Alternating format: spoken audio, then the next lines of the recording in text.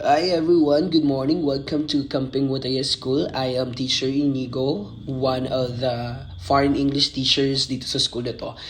First, this morning I will be showing you an important event. But first, take a look at this widest and the biggest school among the schools here in Langu. Okay, today we have an important matter like religious activities for the Buddhist and the Muslims. So this hall is the all of the participants, or most of the participants here are all Buddhist.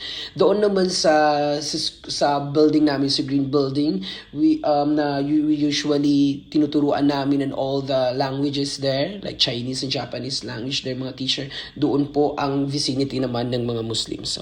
So hindi naman kami rini-require ng mga foreign teachers to participate in an occasion or an event.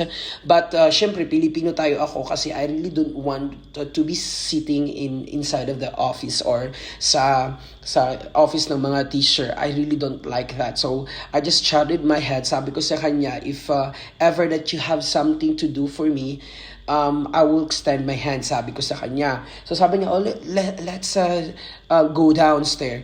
Pagpunta ko dito, I was really shocked. Sabi ko sa kanya, teacher, are we going to serve this raw veggies sa mga officials? Kasi may mga visitor, pati sa mga teacher. Sabi niya, yes, sabi ko, oh my goodness, like, tignan mo, how they prepare this one. Hindi nila luto, and they said that it's just only an appetizer. Pero ang dami-dami niyan.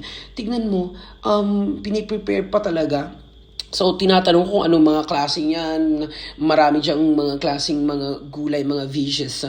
Kaya hindi ako nagtataka kung bakit kahit itong mga co-teacher ko, tignan mo, may mga edad na to. Pero ang babata pa yung kikinis pa, ilang mga anak na meron yan, because they usually eat, di ba? Pero tayo pag may mga official o may mga special occasion tayo, we usually buy prepare food na parang mga di-kalibre, like sa mga restaurant all. Kaya tignan mo itong plating namin. Maganda, di ba, yung plating. So ganito lang muna, hanggang dito lang muna. Kaya paalam. Bye-bye.